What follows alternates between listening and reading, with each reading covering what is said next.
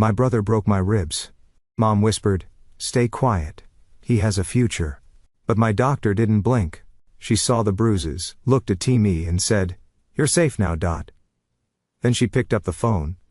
I'm Stephanie, 25 years old, and still feeling the ache in my chest where my brother Kyle broke my ribs during what should have been a simple family dinner.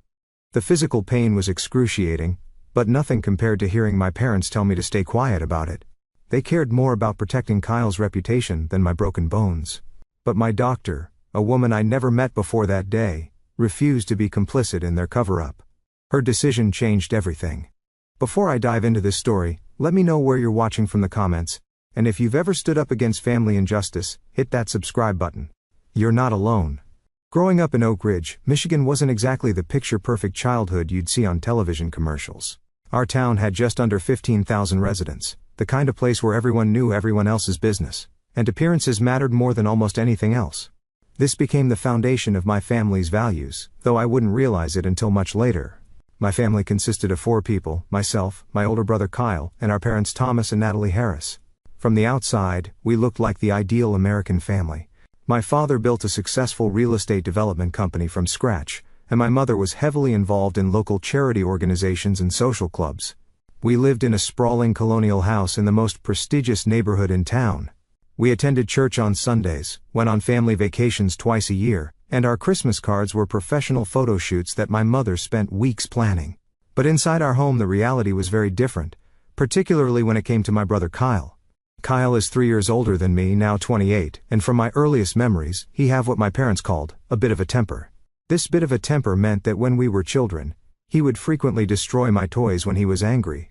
I had a collection of porcelain dolls my grandmother had given me, and Kyle broke 3 of them during various outbursts.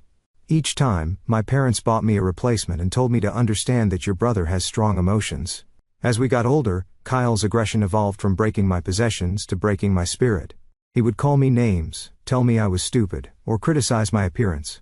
When I would complain to my parents, they would shake their heads and dismiss it as siblings being siblings. My mother would pat my hand and say, "That's just how brothers and sisters interact, Stephanie. You need to develop thicker skin." Throughout our childhood, it became increasingly clear that Kyle was the favorite. When I brought home straight A's, my accomplishment would be acknowledged with a simple "good job," but when Kyle managed to pull a B- and a class he was failing, my parents would take us all out to celebrate at the nicest restaurant in town. When I was accepted to the University of Michigan with a partial scholarship, my parents nodded approvingly.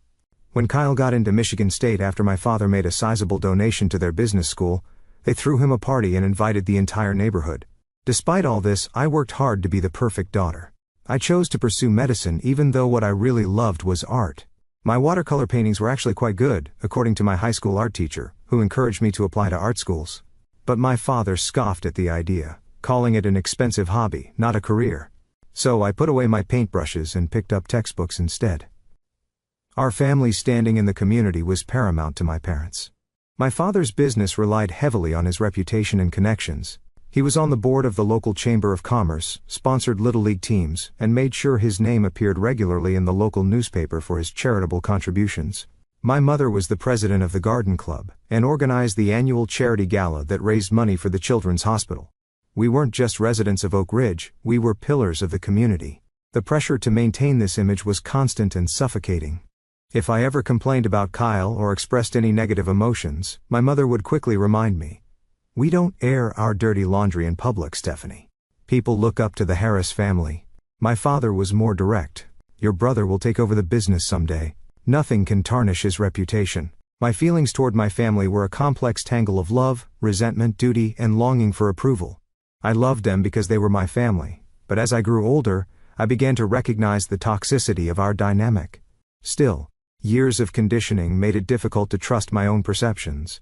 Whenever I felt mistreated, a voice in my head that sounded suspiciously like my mother would whisper that I was being too sensitive or selfish. After completing my medical degree, I did my residency in Chicago, which gave me 2 blessed years away from Oak Ridge and my family. The distance provided clarity, and with the help of a therapist I started seeing, though I told my parents it was just a stress management counselor, I began to understand that my family's behavior wasn't normal or healthy. But then my residency ended, and an opportunity came up to join a medical practice back in Oak Ridge. Despite my misgivings, I took it. The rational part of my decision was financial. The position offered loan forgiveness for my considerable medical school debt. But emotionally, I was still seeking my family's approval and harboring hope that our relationship could improve. When I moved back 3 months ago, there were early warning signs that nothing had changed. At my welcome home dinner, Kyle monopolized the conversation with stories about his recent promotion at our father's company. When I tried to share an interesting case for my residency, my mother cut me off to ask if I'd met any suitable young men in Chicago. I noticed these red flags, but chose to ignore them, telling myself that things would be different now that I was an adult with a career of my own. I was wrong, so very wrong. The evening that changed everything was supposed to be a celebration of Kyle's promotion to Vice President of Operations at our father's company.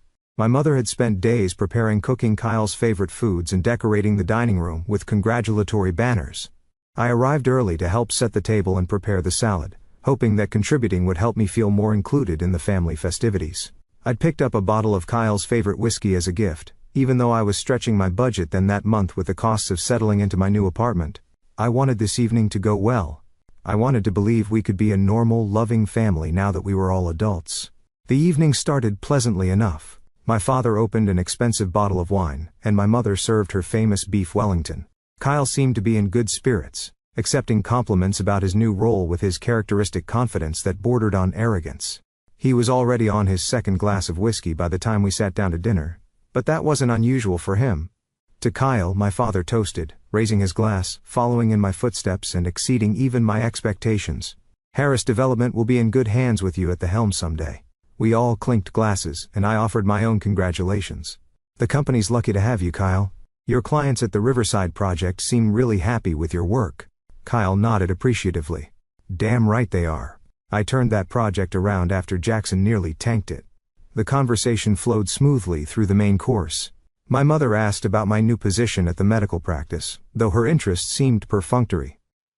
Kyle was already on his third whiskey when he started talking about his girlfriend Megan, whom he'd been dating for about 6 months. We're talking about moving in together, he announced. Her lease is up next month, and it doesn't make sense to renew when she spends most nights at my place anyway. That's wonderful, dear, my mother said, though I noticed a slight tightening around her eyes. She'd always been traditional about couples living together before marriage. Megan's great, I said, genuinely meaning it. I'd met her a few times and found her intelligent and kind. She mentioned last time I saw her that she's hoping we'll come to her family's lake house this summer. Kyle's expression darkened slightly. When did you talk to Megan? We ran into each other at the grocery store last week, I explained. We chatted for a few minutes. She's really nice. What else did she say? Kyle's tone had an edge to it now. I shrugged, not understanding his sudden shift in mood. Nothing much. She mentioned something about your dad's fishing boat needing repairs before you visit. She should keep her mouth shut about my family. Kyle snapped, cutting me off. The table fell silent. My mother looked down at her plate while my father cleared his throat uncomfortably. Kyle, I said carefully. She didn't say anything bad.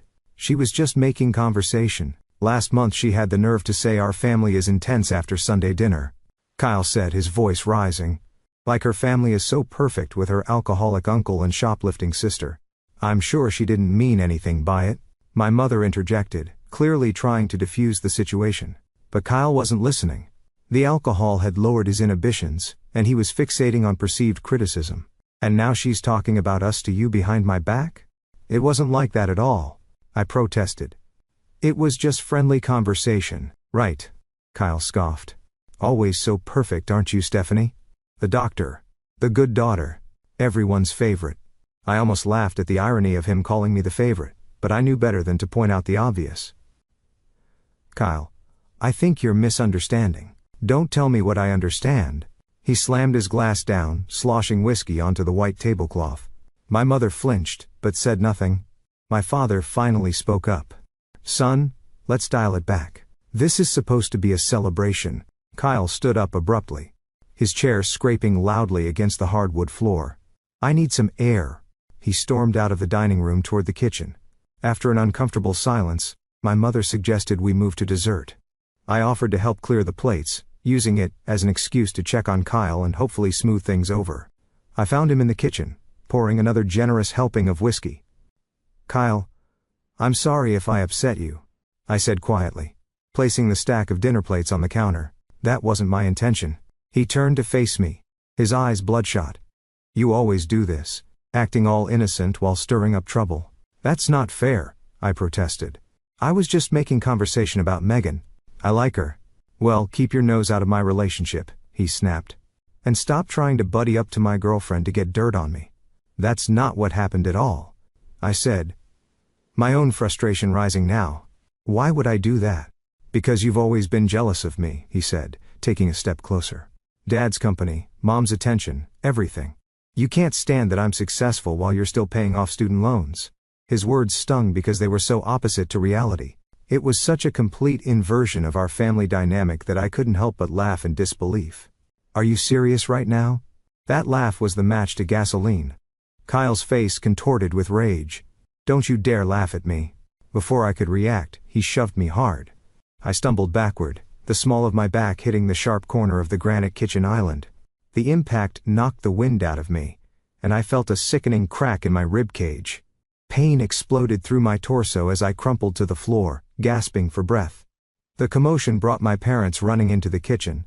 My mother screamed when she saw me on the floor. My father froze in the doorway. What happened?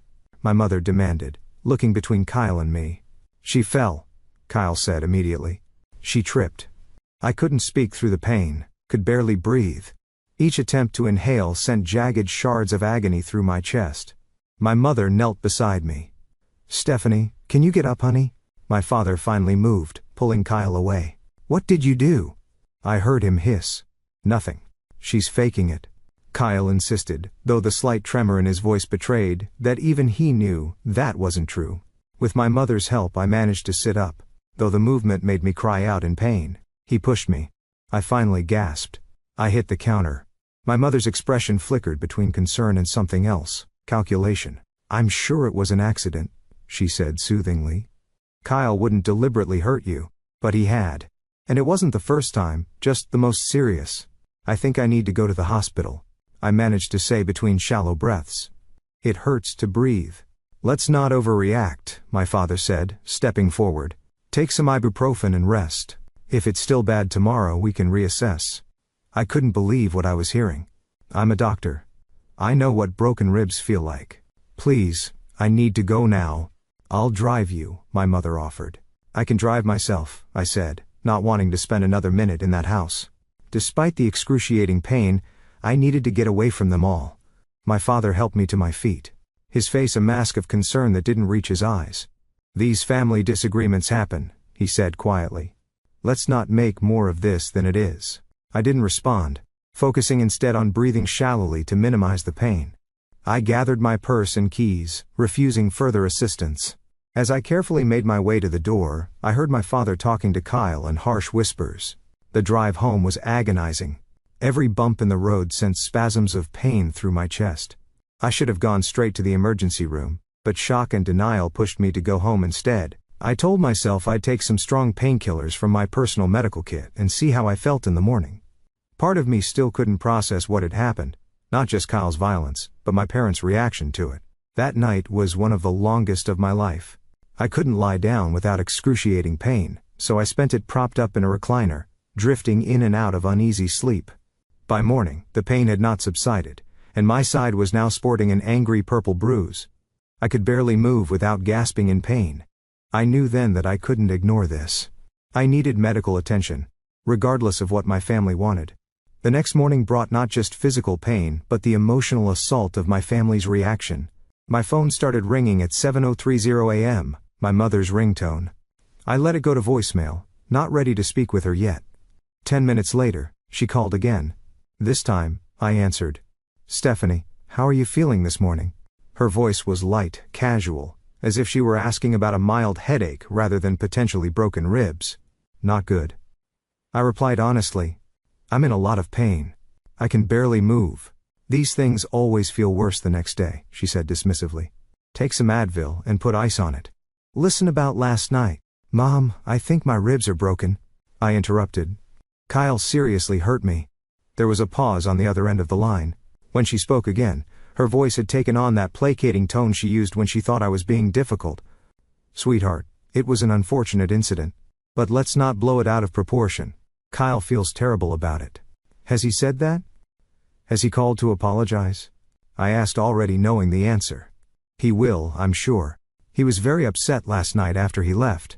But right now, we need to focus on moving past this. Your father. And I think it's best if we just put this behind us. I shifted in my chair, wincing at the stab of pain. Mom, I can't breathe without it hurting. This isn't something I can just put behind me. It's probably just bruised, she insisted. If Kyle had really hurt you that badly, you would have gone to the hospital last night. The gaslighting was so blatant, it would have been laughable if it weren't so infuriating. I'm going to get it checked out today, I told her firmly. Stephanie. Her voice took on a warning tone. I think it's best if we keep this within the family. There's no need to involve outsiders in what was clearly just a momentary loss of temper. Outsiders? Mom, I'm talking about seeing a doctor for medical injury. You know what I mean, she said impatiently. Questions will be asked. Forms will need to be filled out. Things get put on record. Are you seriously asking me not to seek medical attention because it might reflect badly on Kyle? I couldn't keep the incredulity from my voice. I'm asking you to think about the consequences, she replied. Your father's business depends on our reputation in this community. Kyle is positioned to take over eventually. A misunderstanding like this could have lasting repercussions. A misunderstanding. I echoed. He shoved me into a counter and broke my ribs. That's not a misunderstanding. That's assault. Don't use that word, she hissed. Your brother would never assault you. He had too much to drink and there was an accident. These things happen in families, Stephanie. Before I could respond, I heard my father's voice in the background asking for the phone. After a moment of muffled conversation, he came on the line. Stephanie, he said, his business voice in full effect. How are you feeling? Like Kyle broke my ribs, I replied bluntly. He sighed heavily. Your mother tells me you're thinking of going to the doctor. I think that's premature. Give it a day or two to see if it improves. Dad, I am a doctor. I know what broken ribs feel like. Then you also know there's not much they can do for ribs anyway, he countered. They'll just tell you to rest and take pain medication, which you can do at home. He wasn't entirely wrong, but that wasn't the point. I need an X-ray to make sure there's no displacement that could puncture a lung. And if you go in, what exactly are you planning to tell them about how this happened? His tone made it clear this was the real issue. The truth, I said simply. There was a long pause. Stephanie, I want you to think very carefully about what you're doing. Kyle has worked incredibly hard to get where he is. His future at the company, his reputation in the community. These aren't things to jeopardize over a momentary lapse in judgment. So his future matters. But my broken ribs don't. Don't twist my words, he said sharply. Of course I care about your health. But there are broader considerations here.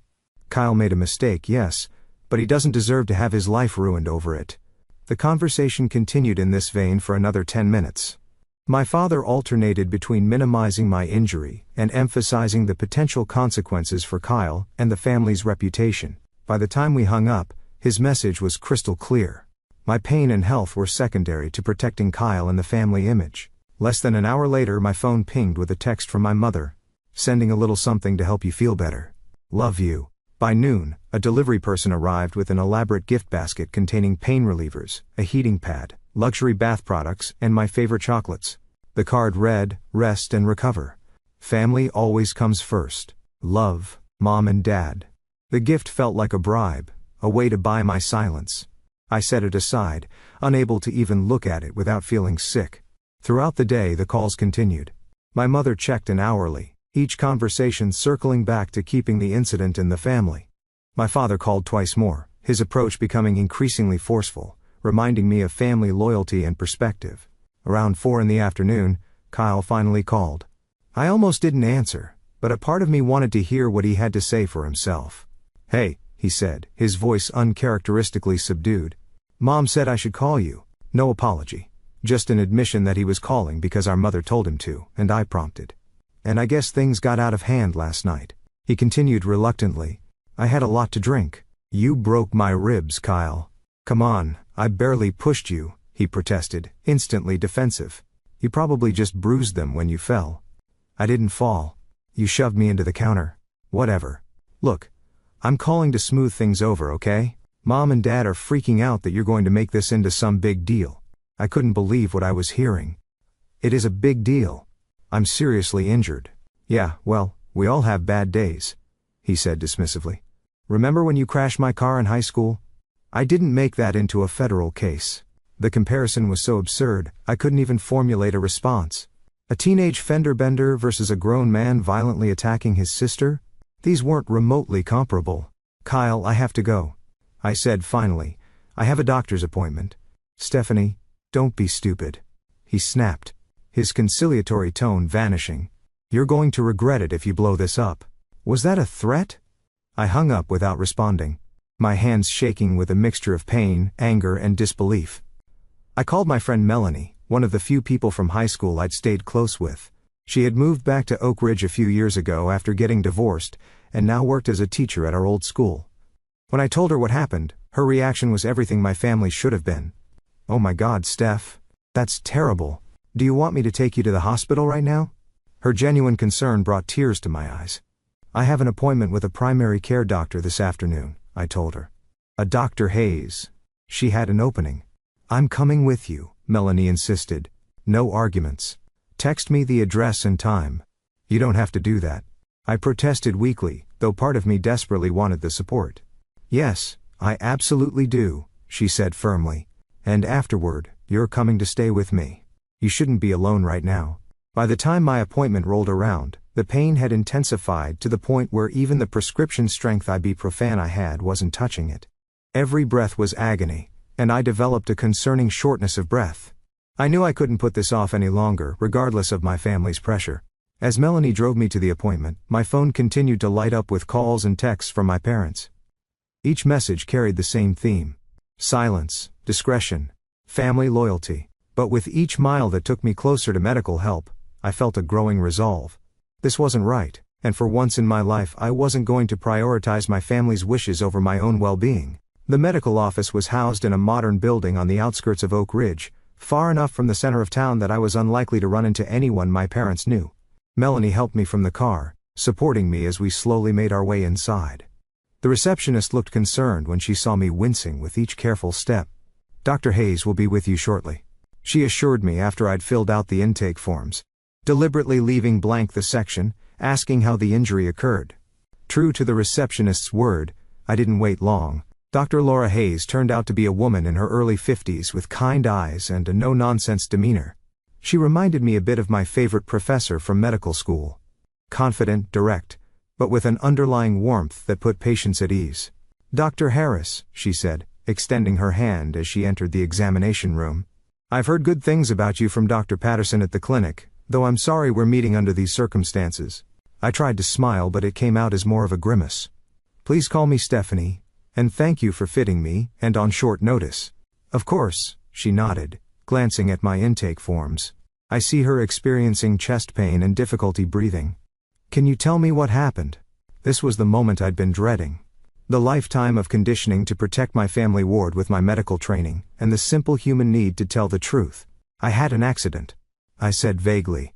Dr. Hayes looked at me steadily. What kind of accident? I was pushed and hit a counter, I said, the words coming out in a rush, with my back right here. I indicated the area just below my shoulder blade. She nodded, making a note in my chart. Who pushed you, Stephanie? I hesitated, then looked down in my hands. My brother. I see, she said, her voice neutral, but kind. Let's take a look at the injury first, and then we can talk more about what happened, okay? The physical examination was thorough, but gentle. Dr. Hayes listened to my breathing, carefully palpated the injured area, and noted the extensive bruising that had developed. Her face remained professional, but I could see the concern in her eyes. I'd like to get some x-rays, she said, after completing the examination. Based on your symptoms and the physical findings, I suspect you have at least 2 broken ribs, possibly 3. I'm also concerned about the shortness of breath, which could indicate a more serious complication. The X-ray confirmed her suspicions: 3 fractured ribs, one with a concerning displacement that explained my breathing difficulties. When Dr. Hayes returned to the examination room with the results, her expression was grave. Stephanie, she said, sitting down across from me, these are significant injuries. The displacement of your 7th rib could potentially cause a pneumothorax, a collapsed lung, if not properly monitored and treated. I'm going to prescribe appropriate pain medication and give you specific care instructions, But I need to ask you some more questions about how this happened. I nodded, a lump forming in my throat. You said your brother pushed you, she continued gently. Was this an accident during play, or was it deliberate? It was deliberate, I admitted, my voice barely above a whisper. He was angry, he'd been drinking. Has anything like this happened before? I thought about all the times Cal had accidentally hurt me growing up. The shoves that were too hard to be playful, the arm grabs that left fingerprint bruises, the times he'd thrown things at me in anger. Not this seriously, I said finally. But yes, he has a history of being physical when he's angry. Dr. Hayes nodded, her expression compassionate, but serious. And how have your family members responded to this incident? The dam broke. Perhaps it was the pain medication beginning to take effect, or the simple relief of finally talking to someone who seemed genuinely concerned. But I found myself telling Dr. Hayes everything: Kyle's attack, my parents' dismissive response, their pressure to keep quiet, and their prioritization of the family's reputation over my well-being. They sent me a gift basket, I said with a hollow laugh that sent pain shooting through my chest. Like chocolates and bath bombs could make up for broken ribs. And the fact that they care more about how this affects Kyle than how it affects me. Dr. Hayes listened without interruption, occasionally making notes. When I finally fell silent, she put down her pen and looked at me directly. Stephanie, as a medical professional, I want to be completely transparent with you about my obligations here. What you've described is a case of domestic violence, and in my position, I am a mandatory reporter. My heart sank. What does that mean exactly? It means that I am legally required to report incidents of suspected abuse to the appropriate authorities, she explained gently. In this case, that would mean filing a report with the police. Panic flared in my chest, competing with the pain from my ribs. No, you can't do that. My family would. I trailed off, realizing how telling my immediate response was. Would what Dr. Hayes prompted softly, be angry, cut you off, continue to prioritize your brother's reputation over your safety. Pull like that, it sounded so clear-cut, but decades of family dynamics aren't easily dismissed. You don't understand. I protested weakly. It's complicated. I understand better than you might think, Dr. Hayes said, surprising me. When I was in my 20s, my father broke my arm during an argument. My mother begged me to tell the doctors I fell down the stairs, and I did, because I didn't want to tear our family apart. Her candor caught me off guard. What happened? 2 years later, he put my mother in the hospital with a concussion and broken jaw, she said simply. I've spent the last 30 years wondering if I could have prevented that by speaking up the first time. Her words hit me like a physical blow. Was I enabling Kyle's behavior by staying silent? Would he escalate to hurting someone else in the future, perhaps Megan, or eventually his own children? I understand this is difficult, Dr. Hayes continued. Family loyalty is deeply ingrained, and the fear of consequences is real. But I want you to consider something. If one of your patients came to you with these exact injuries and this exact story, what would you advise them to do? I knew the answer immediately. As a doctor, I would urge them to report it, to prioritize their safety, to recognize the signs of an abusive relationship. But applying that standard to myself felt impossible. What exactly would happen? I asked finally. If you report it, Dr. Hayes explained the process clearly. A report would be filed, and the police would likely want to interview me. I would have the option to press charges against Kyle, though the prosecutor could potentially proceed even without my cooperation based on the medical evidence. There would be documentation of the incident regardless. I'm not going to pretend this will be easy, she said honestly. Based on what you've told me about your family, there will likely be significant pushback. But I also want you to know that there are resources available to help you through this process. I can connect you with a victim advocate who can explain your options and support you every step of the way. I sat in silence for a long moment, weighing my options. The thought of going against my family filled me with dread. But the alternative, pretending this never happened, allowing Kyle's behavior to go unchecked, sacrificing my own well-being for the family image, suddenly seemed untenable. Okay, I said finally, my voice steadier than I expected. Do what you need to do. Dr. Hayes reached out and gently squeezed my hand. For what it's worth, I think you're making the right decision. Not the easy one, but the right one. She spent the next 20 minutes outlining a treatment plan for my physical injuries, explaining the warning signs I should watch for, and scheduling a follow-up appointment.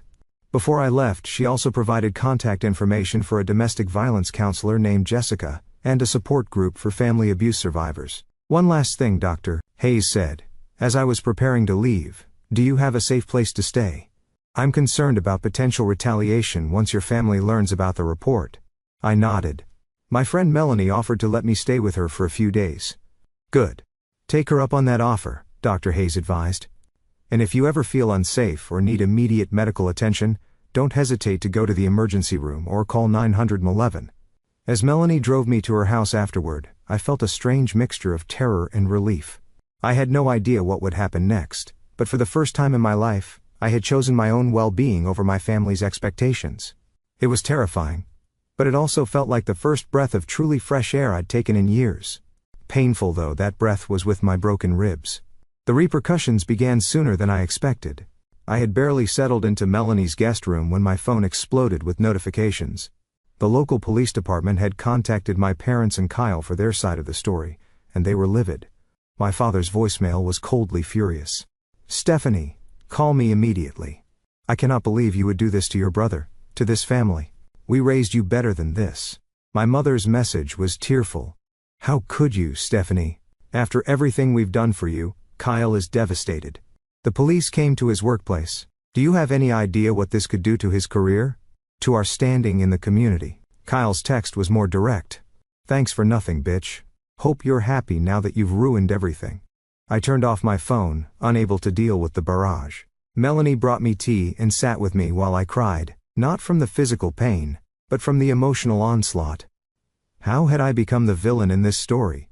Why was I the one who had ruined everything when Kyle was the one who had committed violence? They're trying to make you doubt yourself, Melanie said wisely. Don't let them. You did the right thing. The next day brought more of the same. My phone continued to fill with messages from my immediate family, and now extended family members were chiming in too. My Aunt Susan, my father's sister, called to tell me I was tearing the family apart over a little disagreement. My cousin Patrick texted that I was being dramatic and attention-seeking. Even my grandmother, who had always been kind to me, left a voicemail asking why I couldn't have handled this within the family. Only my mother's younger sister Barbara sent a different message. I believe you, Stephanie. Call me if you need anything. Love you. I hadn't spoken to Aunt Barbara in years. She'd had a falling out with my mother over something that was never explained to me, and had been largely absent from family gatherings ever since. Her support, though unexpected, was a tiny lifeline in the storm. I took a few days off from work, using my medical leave to recover physically and try to process everything emotionally. Dr. Hayes had connected me with Jessica, the domestic violence counselor, who called to check on me and provide resources. She explained that what I was experiencing, the family closing ranks, the victim blaming, the pressure to recant, was unfortunately common in cases of family violence. They're trying to maintain the status quo, Jessica explained. Your speaking up threatens the family system they've established, where your brother's behavior is excused and enabled. It's painful, but their reaction actually confirms that you made the right choice by breaking the silence. 5 days after my appointment with Dr. Hayes, I returned to my apartment briefly to pick up more clothes and some work files. I had just finished packing a bag when there was a loud knock at the door. I froze, instantly knowing who it was.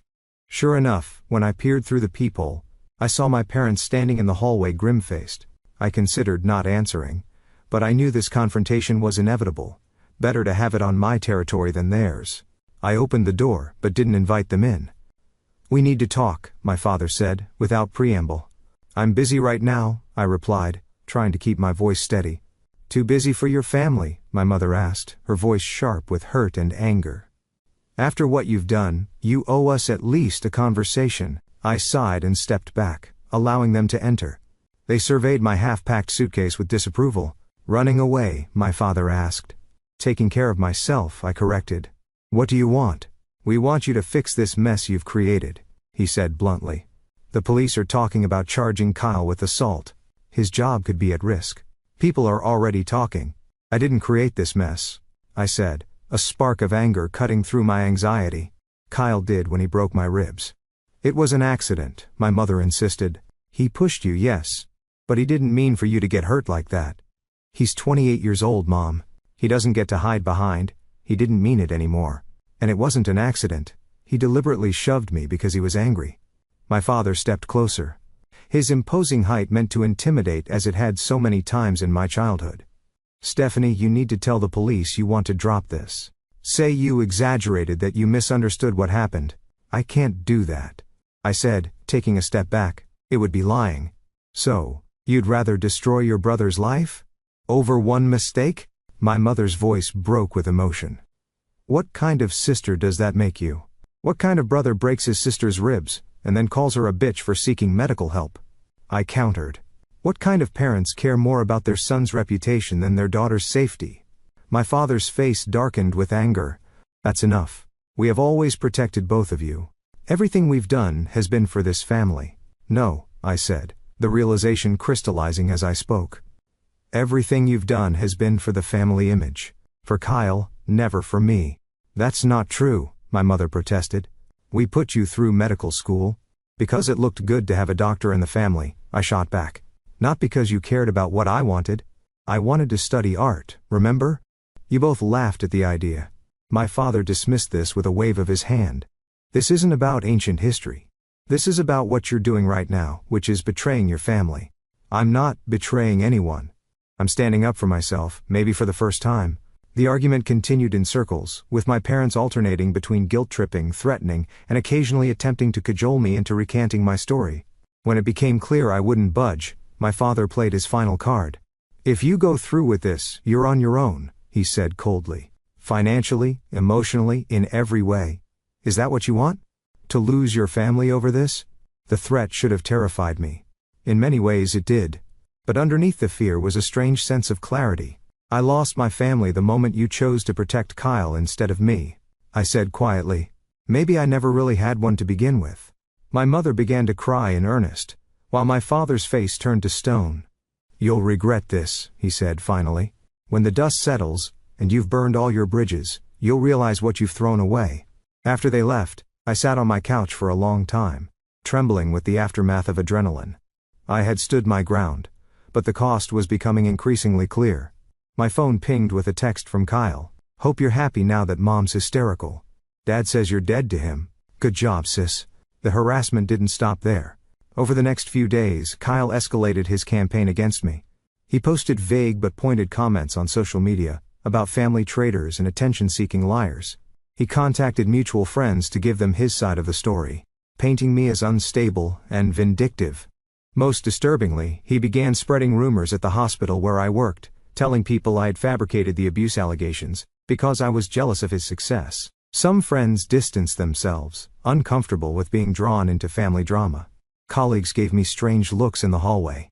Even Melanie, supportive as she was, seemed overwhelmed by the intensity of the situation. I had no idea your family would react like this, she admitted one evening. I mean, I knew they were kind of intense. But this is next level. I nodded, understanding her discomfort. You don't have to keep letting me stay here, if it's too much. I can find somewhere else. Don't be ridiculous, she said firmly. I'm not abandoning you. I'm just saying it's a lot, but we'll get through it. Her loyalty meant everything to me, especially as others fell away. My circle was shrinking rapidly, and the pressure was intensifying from all sides.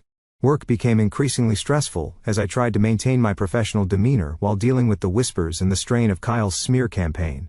The final blow came in the form of an ultimatum delivered via my father's attorney. If I didn't recant my statement to the police and the medical report within 48 hours, my parents would. 1. Cut off any remaining financial support, including the help they'd been providing with my student loan payments. 2. Remove me from the family trust. 3. Publicly disown me as their daughter. The letter concluded with a reminder that they had always been generous, and would welcome me back into the family if I came to my senses and fixed the damage I had done. Reading those cold, calculating words, I felt something shift inside me. The fog of doubt and guilt that had clouded my judgment began to clear. This wasn't love. It had never been love. Real families don't threaten and manipulate and enable abuse. Real families protect each other from harm, not inflict it. I sat at Melanie's kitchen table that night. The lawyer's letter spread out before me and made a decision. I wasn't going to recant. I wasn't going to lie. For perhaps the first time in my life, I was going to stand firmly in my truth, whatever the consequences might be. The next morning I called Jessica, the domestic violence counselor. I need help, I told her. My family is escalating their pressure, and I don't know what to do next. You're doing exactly the right thing by reaching out, she assured me. Let's talk about some practical steps to protect yourself and build a support system that doesn't include your biological family. That conversation became the first step in my journey toward true independence, not just financially, but emotionally and psychologically as well. It was terrifying to face the future without the family I'd always known, but as I would soon discover, it was also the beginning of a profound liberation. 2 weeks after my appointment with Dr. Hayes, I returned for a follow-up. The physical healing had begun. The pain was more manageable, and my breathing had improved. But emotionally, I was still raw and vulnerable. "How are you holding up?" Dr. Hayes asked after examining my ribs, and confirming they were healing properly. "Physically better. I admit it. The rest, it's complicated." She nodded, understanding. "Family trauma usually is." "Have you been in touch with Jessica?" "Yes, she's been incredibly helpful." This was an understatement. Jessica had become my lifeline, helping me navigate not just the legal aspects of my situation, but also the emotional minefield of family estrangement. She suggested I join a support group for family abuse survivors. "I went to my first meeting yesterday." "That's excellent," Dr. Hayes said approvingly. "How did it go?" "It was intense, but good. For the first time, I was in a room full of people who completely understood what I'm going through.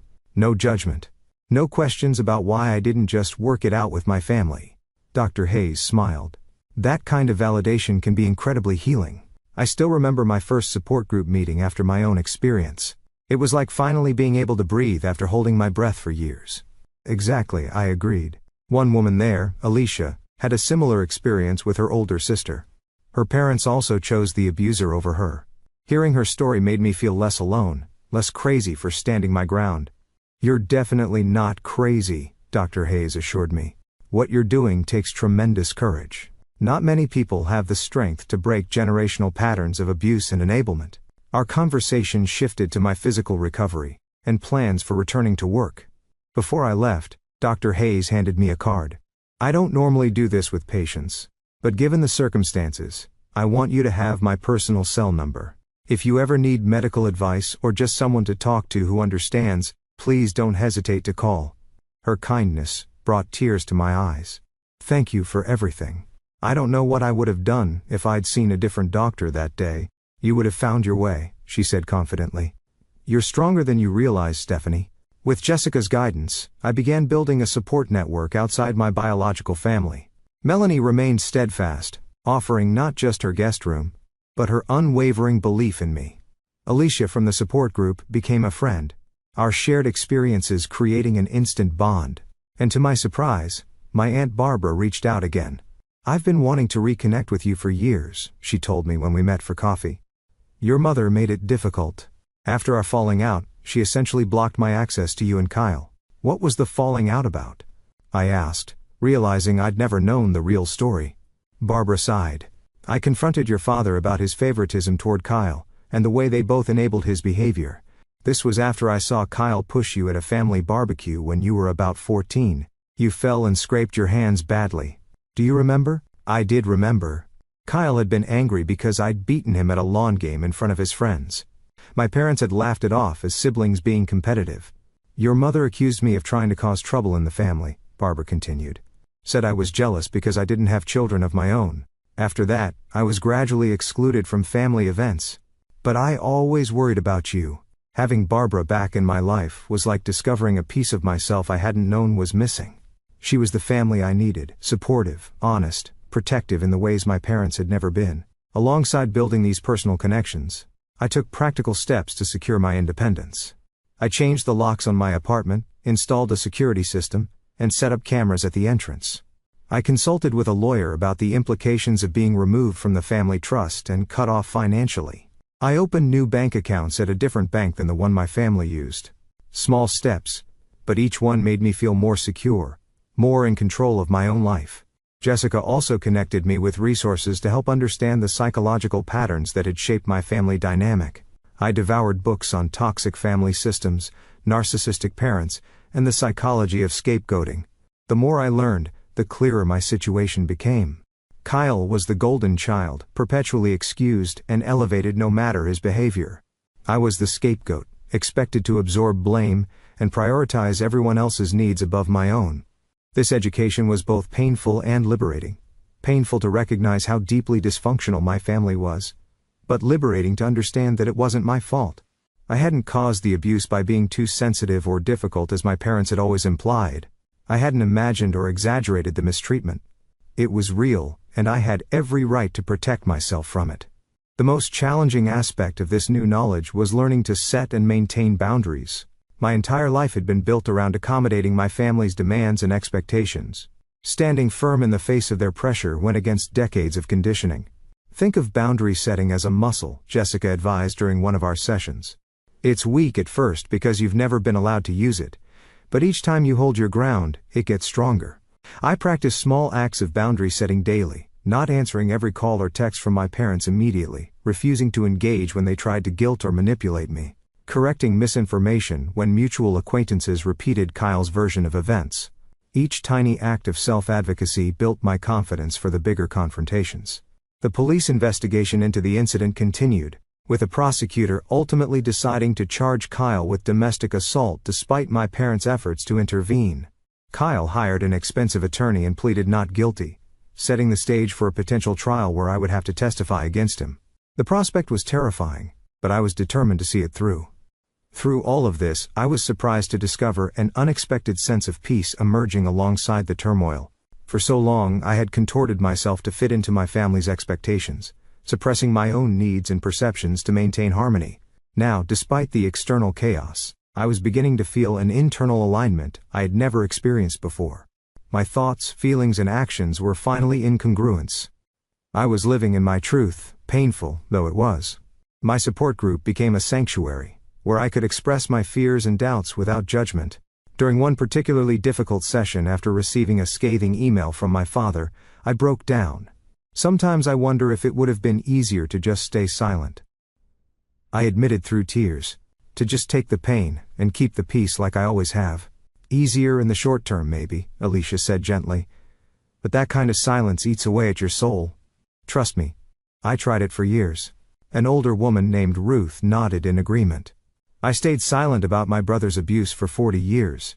By the time I finally spoke up, I'd lost myself so completely I didn't know who I was anymore. You're doing the hard work now, but you're saving yourself decades of invisible pain. Their words stayed with me, a talisman against the doubt that still sometimes crept in during weak moments. I was doing the hard work now. I was breaking a cycle that could have continued for generations. I was choosing truth over comfortable lies, health over dysfunction, reality over illusion. 6 weeks after the incident, I felt strong enough to return to my own apartment full-time.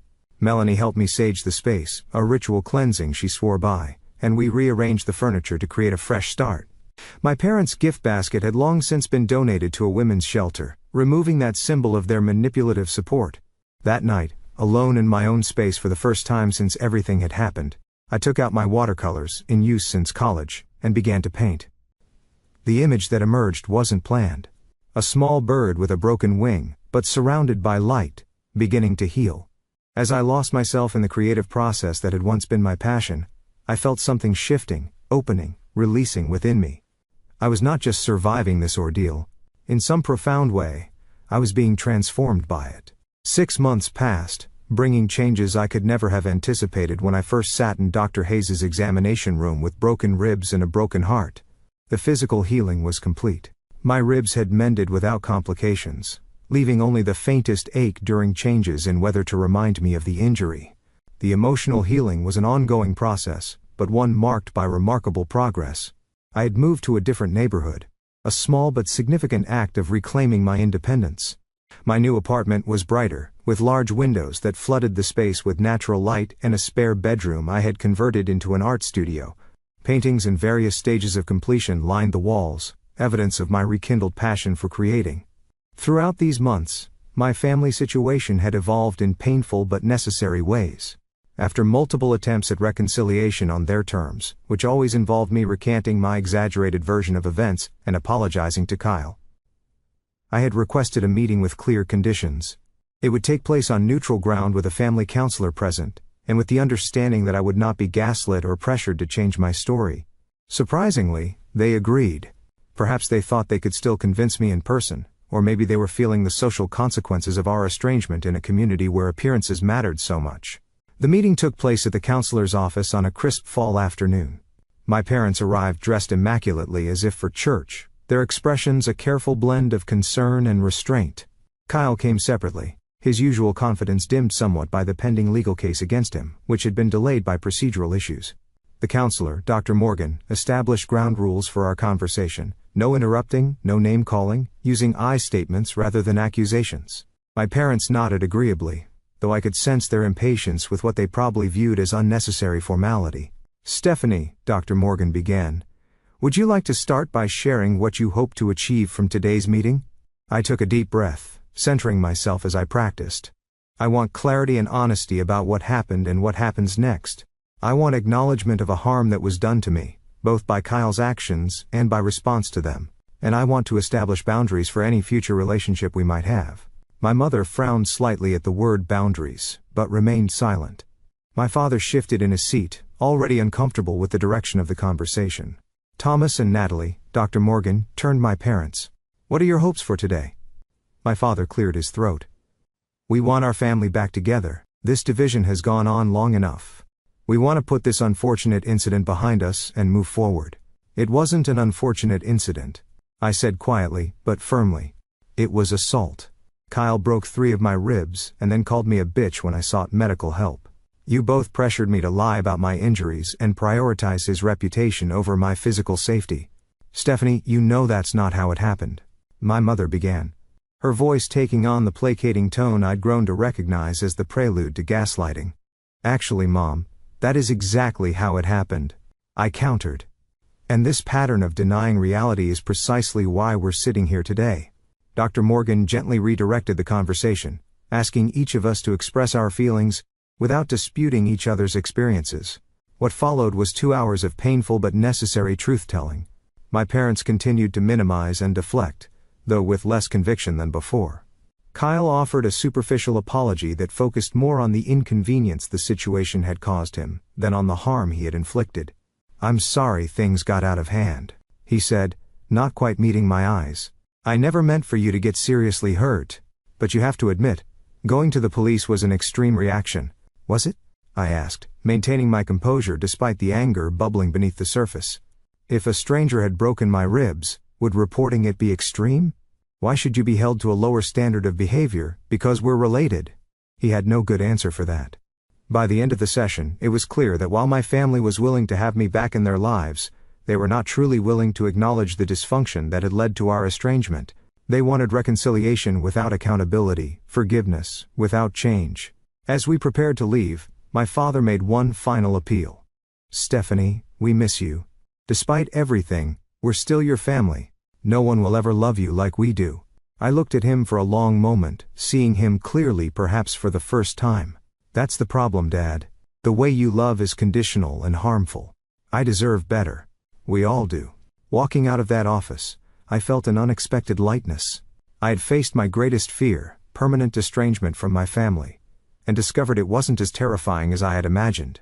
In fact, the prospect of continuing to accept their version of love now seemed far more frightening than building a life without them.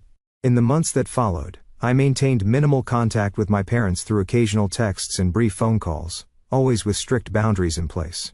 Kyle and I had no direct communication outside of necessary legal interactions. His case eventually ended in a plea deal, a misdemeanor charge with probation and mandatory anger management classes. It was less than he deserved, but more accountability than he'd ever faced before. Professionally, my life took unexpected turns. The courage I'd found in standing up to my family translated into greater confidence at work. I advocated more effectively for my patients, particularly those showing signs of abuse or neglect.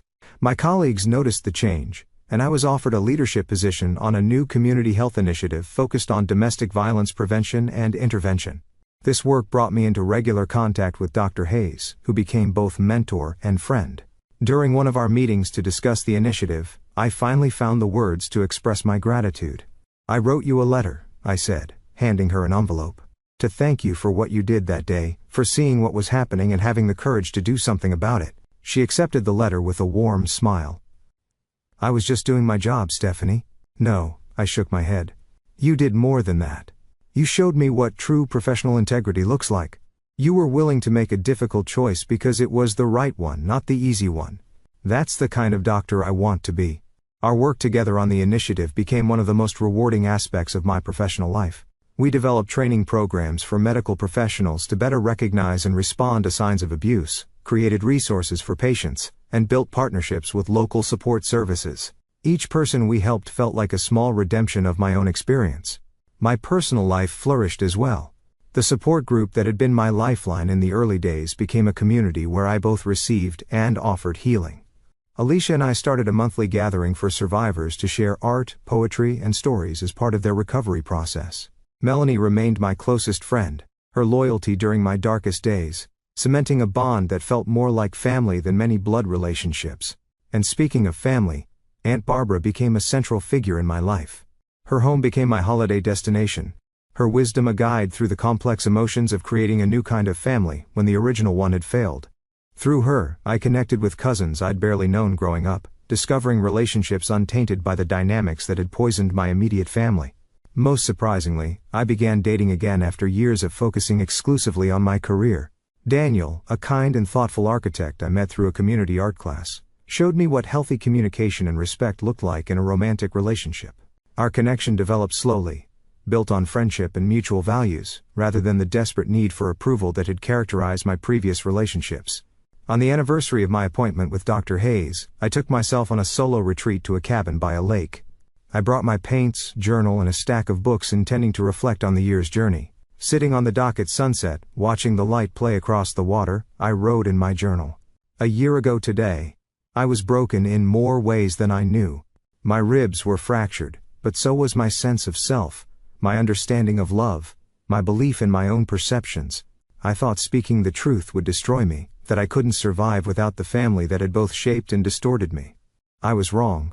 The truth didn't destroy me, it rebuilt me, stronger than before. I learned that all love doesn't demand silence about abuse. Real family, whether bound by blood or by choice, lifts you up rather than holding you down. Real strength isn't enduring mistreatment, it's having the courage to say no more. I don't know what the future holds. The relationship with my parents remains complicated and limited. Kyle and I may never reconcile. There are still days of grief and doubt. But for the first time in my life, I'm building a foundation based on truth rather than pretense, on authentic connection rather than obligation, on self-respect rather than self-sacrifice. That feels like victory, that feels like healing, that feels like home. As I sit here writing this, I wonder how many of you have faced similar crossroads in your own families. Have you ever had to choose between peace and truth, between family loyalty and self-preservation? I'd love to hear your stories in the comments below. If my experience has helped even one person feel less alone or more empowered to seek help, then sharing it has been worthwhile. Please like this video if it resonated with you, subscribe for more stories of healing and transformation, and share it with someone who might need to hear that they deserve better. Remember, sometimes the family we create is more healing than the one we were born into. Thank you for listening, take care, good luck.